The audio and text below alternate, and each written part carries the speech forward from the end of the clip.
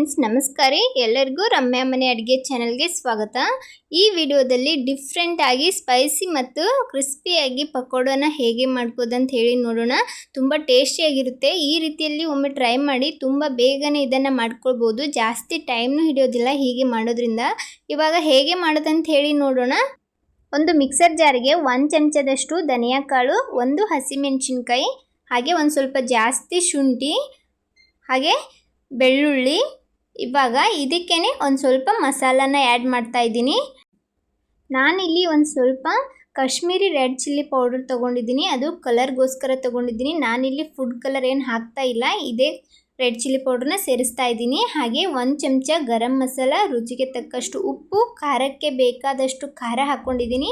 ಹಾಗೆ ಒಂದು 4-5 ಮೆಣಸು, ಒಂದು ಅರ್ಧ ಚಮಚದಷ್ಟು ಜೀರಿಗೆ, ಒಂದು ಸ್ವಲ್ಪ ಅರಿಶಿಣ ಪುಡಿ ತೊಗೊಂಡಿದ್ದೀನಿ। ಅರಿಶಿಣ ಪುಡಿನ ಜಾಸ್ತಿ ಹಾಕಕ್ಕೆ ಹೋಗಬೇಡಿ, ಎಲ್ಲನೂ ಈ ಮಿಕ್ಸರ್ ಜಾರ್ಗೆ ಹಾಕ್ಕೊಂಡು ಅದಕ್ಕೇನೆ ಒಂದು ಅರ್ಧ ನಿಂಬೆ ಹಣ್ಣನ್ನು ಹಿಂಡ್ಕೊಂಡು ನಿಂಬೆ ರಸ ಸೇರಿಸ್ಕೊಂಡಿದ್ದೀನಿ। ಹಾಗೆ ಒಂದು ಸ್ವಲ್ಪ ಮೊಸರು ತೊಗೊಂಡಿದ್ದೀನಿ, 1-2 ಚಮಚದಷ್ಟು ಮೊಸರು, ಗಟ್ಟಿ ಮೊಸರು ತೊಗೊಂಡಿದ್ದೀನಿ, ತುಂಬ ತೆಳುವಾದ ಮೊಸರು ತೊಗೋಕ್ಕೆ ಹೋಗಬೇಡಿ। ಇದಕ್ಕೆ ನೀರೇನು ಸೇರಿಸದೆ ಈ ಥರ ಗ್ರೈಂಡ್ ಮಾಡಿ ಇಟ್ಕೊಳ್ಳಿ। ನೋಡ್ಬೋದು ಎಷ್ಟು ಕಲರ್ಫುಲ್ಲಾಗಿ ರೆಡಿಯಾಗಿದೆ ಪೇಸ್ಟು। ನಾನಿಲ್ಲಿ ಒಂದು ಅರ್ಧ kg ಬೋನ್ಲೆಸ್ ಚಿಕನ್ ತೊಗೊಂಡಿದ್ದೀನಿ, ಅದನ್ನು ಚೆನ್ನಾಗಿ ವಾಶ್ ಮಾಡಿ ಚಿಕ್ಕ ಚಿಕ್ಕ ಪೀಸ್ಗಳಾಗಿ ಕಟ್ ಮಾಡಿ ಇಟ್ಕೊಂಡಿದ್ದೆ। ನಾವೇನು ಮೊದಲಿಗೆ ಪೇಸ್ಟ್ ಮಾಡ್ಕೊಂಡಿದ್ವಿ ಆ ಪೇಸ್ಟನ್ನು ಇದಕ್ಕೆ ಹಾಕ್ಕೊಳ್ಳೋಣ। ನಾನು ಇದಕ್ಕೆ ಏನು ಸೇರಿಸ್ತಾ ಇಲ್ಲ, ಜಸ್ಟ್ ಇದು ಏನು ಪೇಸ್ಟ್ ಮಾಡ್ಕೊಂಡಿದ್ವಿ ಅದೇ ಪೇಸ್ಟನ್ನು ಈ ಚಿಕನ್ಗೆ ಹಾಕ್ಕೊಂಡು ಇದನ್ನು ಚೆನ್ನಾಗಿ ಮಿಕ್ಸ್ ಮಾಡ್ಕೊಳ್ಳೋಣ। ಚಿಕನ್ಗೆಲ್ಲ ಚೆನ್ನಾಗಿ ಈ ಪೇಸ್ಟ್ ಹತ್ತೋ ಹಾಗೆ ಮಿಕ್ಸ್ ಮಾಡ್ಕೊಳ್ಬೇಕಾಗುತ್ತೆ। ತುಂಬ ಚೆನ್ನಾಗಿರುತ್ತೆ, ಈ ಥರ ಮಾಡ್ಕೊಳ್ರಿ, ಟೈಮ್ನು ಕೂಡ ಸೇವ್ ಆಗುತ್ತೆ, ಜಟ್ಪಟ್ಟಾಗಿ ಇದನ್ನು ಮಾಡ್ಕೊಳ್ಬೋದು। ನೋಡ್ಬೋದು ಕಲರ್ ಎಷ್ಟು ಚೆನ್ನಾಗಿ ಕಾಣಿಸ್ತಿದೆ ಅಂಥೇಳಿ। ನಾನಿಲ್ಲಿ ಫುಡ್ ಕಲರ್ ಏನು ಯೂಸ್ ಮಾಡ್ಲಿಕ್ಕೆ ಹೋಗಲ್ಲ, ನ್ಯಾಚುರಲ್ ಆಗಿ ಇದನ್ನು ಮಾಡ್ಕೊಳ್ತೀನಿ। ಲಾಸ್ಟಲ್ಲಿ ಒಂದು ಸ್ವಲ್ಪ ಕರಿಬೇವನ್ನು ಈ ಥರ ಮುರಿದ್ಬಿಟ್ಟು ಸೇರಿಸ್ಕೊಂಡಿದ್ದೀನಿ। ಇವಾಗ ಇದನ್ನೊಮ್ಮೆ ಚೆನ್ನಾಗಿ ಮಿಕ್ಸ್ ಮಾಡ್ಕೊಳ್ಳೋಣ। ಈ ಥರ ಮಸಾಲೆ ಎಲ್ಲ ಚೆನ್ನಾಗಿ ಹಚ್ಚಿ ಇದನ್ನು ಒಂದು ಅರ್ಧ ಗಂಟೆ ಇಟ್ಕೊಳ್ಳೋಣ, ಮಸಾಲೆ ಎಲ್ಲ ಚೆನ್ನಾಗಿ ಹಿಡಿಯುತ್ತೆ, ತಿನ್ನುವಾಗ ತುಂಬ ಟೇಸ್ಟಿಯಾಗಿರುತ್ತೆ। ಇವಾಗ ಇದನ್ನು ಮುಚ್ಚಿಬಿಟ್ಟು ಒಂದು ಅರ್ಧ ಗಂಟೆ ಹಾಗೆ ಬಿಡೋಣ। ನಂತರ ಇದಕ್ಕೇನೆ ಒಂದು 3 ಚಮಚದಷ್ಟು ಅಕ್ಕಿ ಹಿಟ್ಟು, ಹಾಗೆ ಒಂದು 3 ಚಮಚದಷ್ಟು ಕಾರ್ನ್ಫ್ಲೋರ್ನ ಸೇರಿಸ್ಕೊಂಡಿದ್ದೀನಿ। ಇವಾಗ ಇದನ್ನು ಹಾಕ್ಕೊಂಡು ಇದನ್ನು ಚೆನ್ನಾಗಿ ಮಿಕ್ಸ್ ಮಾಡ್ಕೊಳ್ಳೋಣ।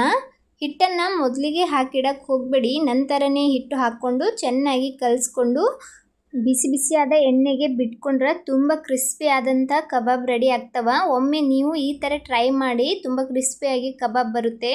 ಟ್ರೈ ಮಾಡಿಬಿಟ್ಟು ಹೇಗಾಗಿತ್ತು ಅಂತ ಹೇಳಿ ಕಮೆಂಟ್ ಮಾಡೋದು ಮಾತ್ರ ಮರಿಬೇಡಿ। ಇವಾಗ ಇದನ್ನು ಈ ಥರ ಚೆನ್ನಾಗಿ ಮಿಕ್ಸ್ ಮಾಡಿಕೊಂಡು ರೆಡಿ ಮಾಡಿ ಇಟ್ಕೊಂಡಿದ್ದೀನಿ। ಇದನ್ನು ಸೈಡಲ್ಲಿ ಇಟ್ಕೊಳ್ಳೋಣ।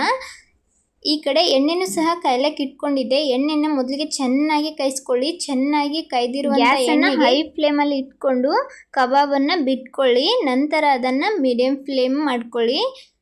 ಮೊದಲಿಗೆ ಅದನ್ನು ಹೈ ಫ್ಲೇಮಲ್ಲಿ ಇಟ್ಕೊಂಡು ಎಲ್ಲ ಕಬಾಬನ್ನು ಹಾಕ್ಕೊಂಡು ನಂತರ ಅದನ್ನು ಮೀಡಿಯಮ್ ಫ್ಲೇಮ್ ಮಾಡಿಕೊಂಡು ಫ್ರೈ ಮಾಡ್ಕೊಳ್ಳಿ। ಹೀಗೆ ಮಾಡೋದ್ರಿಂದ ತುಂಬ ಕ್ರಿಸ್ಪಿಯಾಗಿ ಬರುತ್ತೆ ಕಬಾಬ್।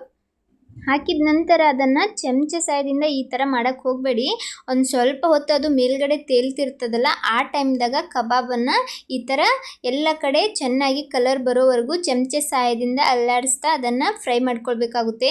ಕಲರ್ ಚೆನ್ನಾಗಿ ಬರೋವರೆಗೂ ಮೀಡಿಯಮ್ ಫ್ಲೇಮಲ್ಲಿ ಇಟ್ಕೊಂಡು ಇದನ್ನು ಫ್ರೈ ಮಾಡ್ಕೊಳ್ಳಿ। ನೋಡ್ಬೋದು ಕಲರ್ ಕೂಡ ಚೆನ್ನಾಗಿ ಬಂದಿದೆ, ಈ ಕಬಾಬ್ ರೆಡಿ ಆಗಿದೆ। ಇದನ್ನು ಎಣ್ಣೆಯಿಂದ ನಿಧಾನವಾಗಿ ತೆಕ್ಕೊಳ್ಳೋಣ। ನೋಡ್ಬೋದು ಎಷ್ಟು ಚೆನ್ನಾಗಿ ಕಲರ್ ಬಂದಿದೆ ಅಂತ। ಎಣ್ಣೆಯನ್ನು ಚೆನ್ನಾಗಿ ಜಾನಿಸ್ಬಿಟ್ಟು ಈ ಕಬಾಬನ್ನು ತೆಕ್ಕೊಳ್ಳಿ।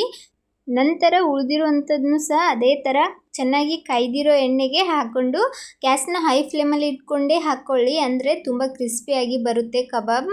ಇವಾಗ ಇದನ್ನು ಎಲ್ಲ ಕಡೆ ಈ ಥರ ಹೊಳ್ಳಾಡಿಸುತ್ತಾ ಚೆನ್ನಾಗಿ ಕಲರ್ ಬರೋವರೆಗೂ ಫ್ರೈ ಮಾಡ್ಕೊಳ್ಳೋಣ।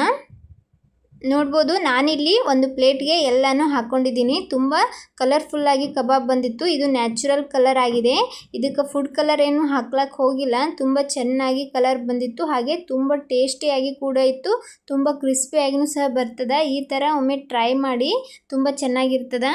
ಈ ರೆಸಿಪಿ ಇಷ್ಟ ಆದರೆ ಲೈಕ್, ಶೇರ್ ಆ್ಯಂಡ್ ಸಬ್ಸ್ಕ್ರೈಬ್ ಮಾಡಿ। ನನ್ನ ವಿಡಿಯೋನ ಯಾರೆಲ್ಲ ನೋಡ್ತಾ ಇದ್ದೀರಾ ಎಲ್ಲರಿಗೂ ಧನ್ಯವಾದಗಳು।